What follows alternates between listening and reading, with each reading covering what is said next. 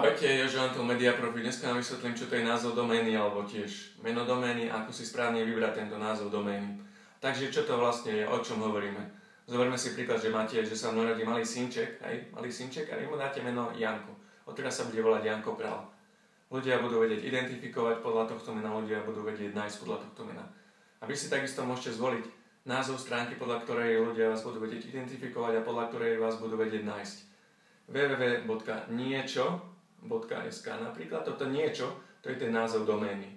Teraz, ako si vybrať ten názov domény, alebo aké požiadavky musí splniť, musí byť relevantný, to znamená týkajúci sa toho, čo robíte, musí byť ľahko zapamätateľný a musí byť tiež ľahko vyhľadateľný tento názov domény.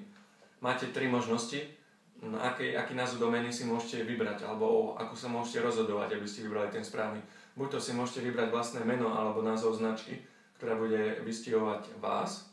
Napríklad dáte si www.jankokral.sk a ľudia vedia, keď idú na stránku www.jankokral.sk alebo ju nájdú vo vyhľadávači, že tam asi nájdú osobné informácie o človeku, ktorý sa volá Janko Král, nájdú tam možno portfólio jeho projektov, nájdú tam možno jeho názory alebo jeho myšlienky, jeho blog.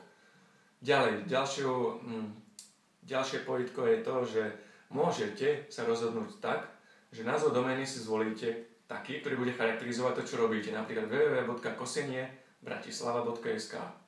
Takže človek, ktorý príde na stránku koseniebratislava.sk, vie, že asi môže nájsť tam informácie o službách, ktoré vy poskytujete, pretože vy kosíte pozemky rodných domov v Bratislave.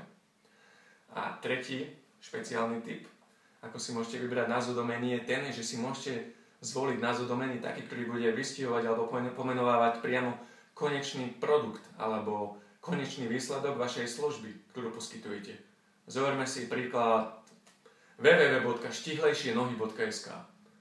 Máme fitness centrum a ono poskytuje tiež programy presne na mieru, podľa ktorých tam môžu ženy prísť a oni môžu schudnúť, oni sa môžu dostať do lepšej formy a takisto budú mať štihlejšie nohy.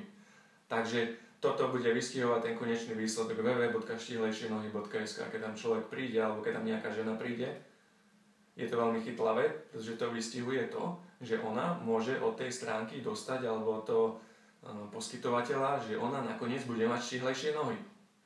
Takže, ak sa neviete rozhodnúť, aký názov domény si máte vybrať, rád vám s tým pomôžem, ak potrebujete urobiť vlastnú stránku.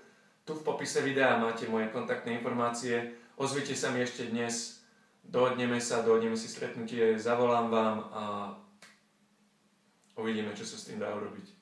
Ahojte a uvidíme sa pri ďalšom tipe.